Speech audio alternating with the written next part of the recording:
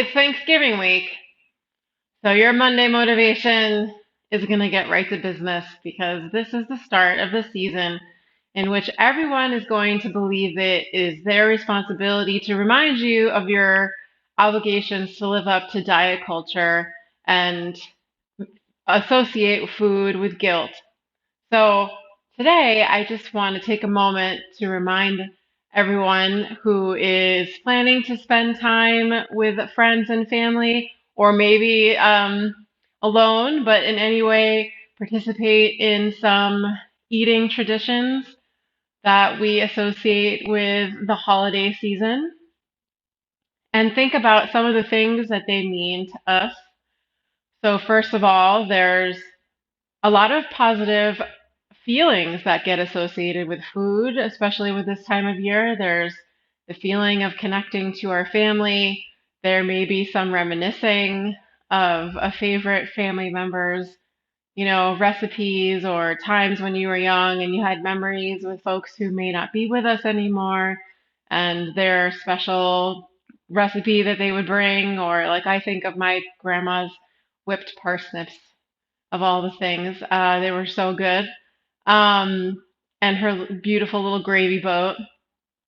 But mostly those memories get solidified through the sense of taste because it's a very powerful sense. And the smell of food and all of those things, and it connects us to each other, and it's a very social thing. So, my advice to you on behalf of anti-diet world, although I'm by no means the spokesperson, the sole spokesperson for that, is to not focus on the food itself, but to focus on the feeling that the food brings for you and allow it to nourish and warm and restore your soul, and reject any attempts by anyone to make this an opportunity to disparage our bodies, um, which are making it possible for us to show up in the places in which we show up.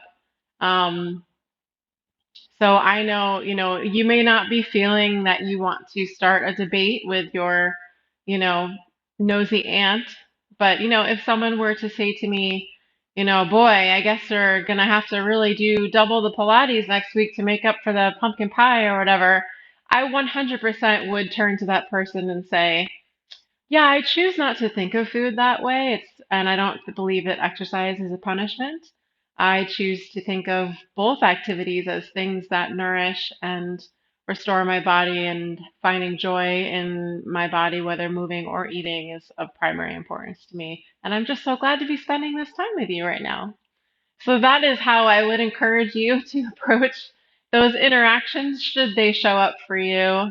And um, I this can also be a time where pain is flares, both because of the difficulty of traveling. Maybe you're not able to put in your movement program as you normally would. Maybe, the stress of the drive, the stress of airports, the stress of interacting with family members who make you uncomfortable. Any of that is possible. So, set your boundaries, figure out what you need to do to make everything feel good for you. And, I really do try to bring one of those small rubber balls, like the lacrosse size ball that you can get off of Amazon, or um, even a tennis ball. And I use it to roll my feet out in the morning if I'm traveling, or maybe roll, like, whatever something's bothering me, I can usually roll out on the ball. And that's like a nice thing I can throw into my luggage pretty easily. So I would encourage you to make time for stepping away and doing a little something for your body. It will thank you. So eat the things, enjoy your time, and that's your Monday motivation.